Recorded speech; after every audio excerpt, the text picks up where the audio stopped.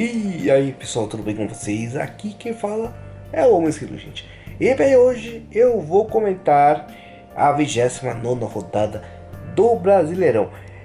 Como vocês devem estar percebendo, de novo, eu não comentei nada sobre a Champions.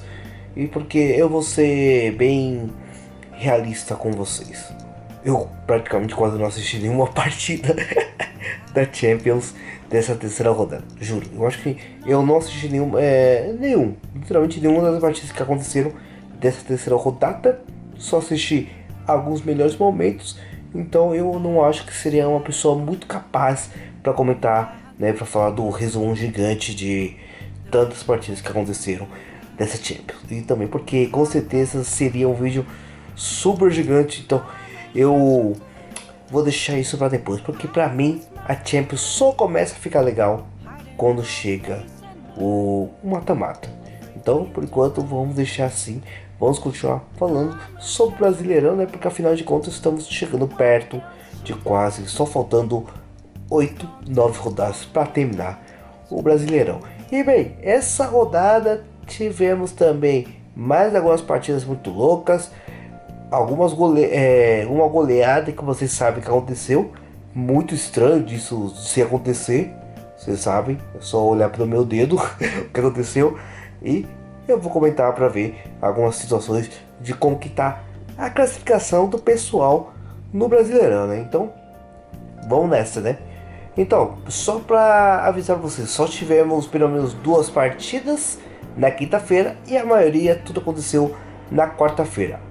Outro aviso importante, tivemos um único jogo que não aconteceu nessa rodada, que foi o jogo entre Fortaleza e Botafogo, né? Inclusive o Botafogo que pressionou bastante porque queria muito, mas muito jogar essa partida, mas não aconteceu, né? Porque o Fortaleza meio que pediu para a CBF adiar e falou: não, gente, a gente está preocupado para a partida da Sul-Americana, né? Então praticamente não rolou o jogo e o pessoal do Fortaleza está 100% focado para jogar a final da Sul-Americana, que vai ser contra o LDU. Então beleza, esse é o único jogo que não aconteceu nessa rodada e vamos comentar então todos os jogos, né? Bem, eu vou começar pelo jogo do Bragantino contra o Atlético Mineiro. Vitória do Atlético Mineiro fora de casa, lembrando que o Atlético Mineiro perdeu, né, a rodada anterior em casa por Cruzeiro, que inclusive o Cruzeiro fez um monte de meme, né, falando que pronto, agora a arena está inaugurada, né, porque o Cruzeiro meio que batizou eles. E bem, o Hulk marcou gol e o Igor Gomes fizeram gols pro Atlético Mineiro. E pelo lado do Bragantino foi o Thiago Almeida, por isso mesmo. Ele ficou 2-1, vitória importante pro Atlético Mineiro, que praticamente, bem, ainda está meio que no meio, né? No meio da tabela, então muito não tem nada de tão espetacular que aconteceu, né? Bora, próximo jogo que aconteceu aqui, meus amigos. Bem, tivemos o duelo dos Atléticos, Atlético Paranaense e o Atlético Mineiro. Quer dizer, na verdade, Atlético Paranaense e América Mineiro. Caraca, falei errado. Desculpa. Não é Atlético. Não é o Atlético. É o América Mineiro. Mas beleza. O América Mineiro, que a gente sabe que é o último colocado do Brasileirão, perdeu o jogo para o Atlético Paranaense. E foi um jogaço, diga-se de passagem. Foi 3-2. Os marcadores foram o Eric, tivemos o Pablo e o Vitor Bueno pro lado do Atlético Paranaense. E pelo lado do América Mineiro tivemos o Mastriani e o Martins. Praticamente isso. Como falei várias vezes, o Mastriani é o cara que quase todo jogo ele marca gol. Se não é ele, é o Benício. Mas é praticamente a única força de ataque que existe no time do América Mineiro. Porque o restante é um pouco triste. O Atlético Paranaense que está fazendo até uma campanha ok, né? Podemos dizer ok. Tivemos a vitória, uma goleada do Fluminense em cima do Goiás, né? Inclusive com essa derrota o Goiás ele entrou na zona do rebaixamento. Depois eu vou mostrar para vocês quem foi responsável por mandar o Goiás para a zona do rebaixamento. Mas o Fluminense goleou o Goiás, foi 5-3, olha só que resultado surpreendente aqui do Fluminense. E tivemos gol do Felipe Melo, olha só que loucura. Tivemos do John Arias, marcou 2 vezes, e o Keno também marcando 2 vezes, e um deles foi de pênalti. E no lado do Goiás tivemos o Arano, o Matheus Babi e o Palacios fazendo gols pro Goiás. Cara, praticamente foi uma partida meio movimentada, quem diria, 8 gols numa única partida, né? Beleza, próximo, Cruzeiro e Bahia, mais uma vitória importante do Cruzeiro, que tava praticamente beirando perto da zona do rebaixamento, e agora tá conseguindo se distanciar. Bem, 3-0, quem marcou foi o Canu, que fez gol contra. Aí tivemos o Marlon e o Bruno Rodrigues para o Cruzeiro. Literalmente coisas muito importantes. O Bahia que está em 15º e agora o Cruzeiro está em 13º. Tá subindo de pouquinho a pouquinho o Cruzeiro no Brasileirão, né?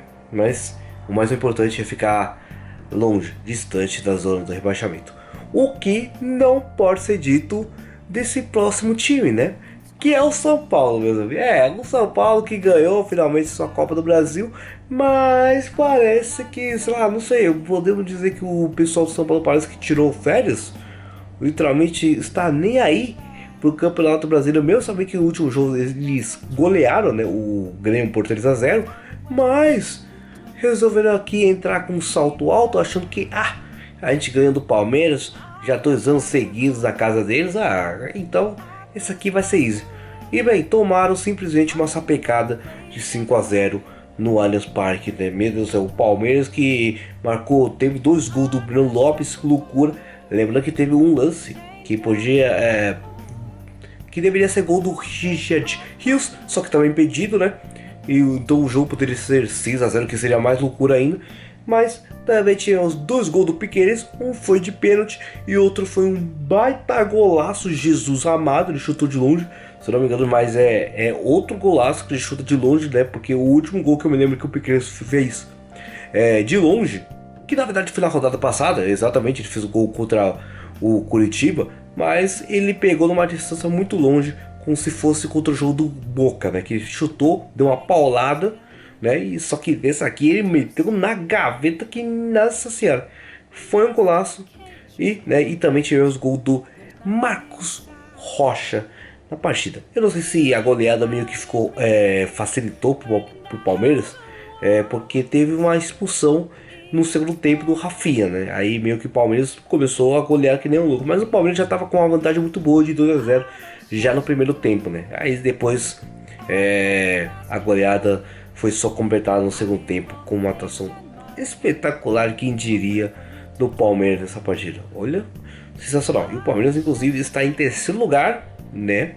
Ainda assim, tentando, né? Sonhando em ver se consegue conquistar o Brasileirão. Acho meio difícil, né?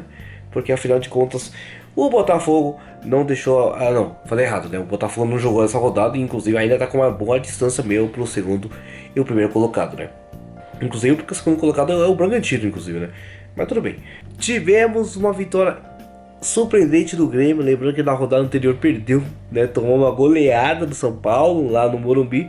Só que dessa vez eles conseguiram uma vitória muito importante em cima do Flamengo por 3-2, cara. Foi um placar muito, mas muito apertado. Inclusive porque o Flamengo começou na frente com o Everton. Eu acho que foi o Everton Cebolinha. Aí depois tivemos o gol do Ferreira pro Grêmio, o gol do Ribeiro Fernandes e aí depois o Henrique fazendo 3-1. Aí depois no finalzinho, para descontar, tivemos o gol do Luiz Araújo. Ficou praticamente dessa maneira. O Grêmio ainda respirando, tentando uma vaga, tentando uma classificação boa para vaga direta, né, para Libertadores. Se não tiver ganhado, o Grêmio está meio que naquela posição que estava disputando para entrar nos playoffs, né, da Libertadores. E o Flamengo, como eu já falei, está em 4º colocado no Brasileirão. Beleza, e agora vamos comentar os 2 jogos que aconteceram hoje. Hoje que eu tô falando, que seria quinta-feira, né? Tivemos o Vasco da Gama contra a Internacional e o Santos contra o Coritiba. E bem, O Vasco, que se ganhasse poderia sair, né, das zonas de rebaixamento, mas infelizmente amargaram mais uma derrota e agora foi contra o Internacional, né? Lembrando que o Internacional goleou, né, na última rodada contra o Santos e agora teve uma vitória, só que com um resultado meio amargo, hein? Foi só 2-1. Que tivemos gol do Valência, mais um gol do Valência aqui, e do Maurício por Internacional. E o Alex Teixeira meio que diminuiu o placar aos 74, mas ficou só dessa maneira. Infelizmente o Vasco ainda vai ficar mais uma rodada da zona do rebaixamento. E bem, só que agora ele vai estar junto com o Goiás, porque o Santos conseguiu vencer o Curitiba com praticamente o mesmo placar, 2-1. É isso mesmo, 2-1. O Santos conseguiu ganhar o confronto mais ou menos direto, né? Que na verdade o Curitiba tá mais ou menos mais de 10 pontos de diferença pro Santos, mas era praticamente o confronto entre os dois times que estavam na zona de rebaixamento. Mas essa vitória foi importante porque o Santos conseguiu fugir por enquanto, né? Por enquanto tá fora da zona de rebaixamento, né? Tivemos gol do Marcos Leonardo e foi do Joaquim Henrique. Praticamente eles foram os dois jogadores que fizeram gol pro Santos. E o Grêmio, quer dizer, o Curitiba fez gol com o Farias. E ficou dessa maneira. Bem, o Santos pode respirar um pouco, né? Depois da goleada que sofreu, pelo menos vai ficar essa rodada fora da zona de rebaixamento. E vai estar aí, de boas. Mas é isso, gente. Eu espero que tenham gostado, né? Resumão daqui da 29ª rodada do Brasileirão. Muita coisa aconteceu. Uma goleada, como eu falei, do Palmeiras muito louco. Do nada aconteceu essa goleada contra o São Paulo, né? No clássico do Choque Rei. E o Santos conseguiram fugir da zona de rebaixamento, finalmente, né? Mas é isso, gente. Espero que tenham curtido. E a gente se vê na próxima. Falou!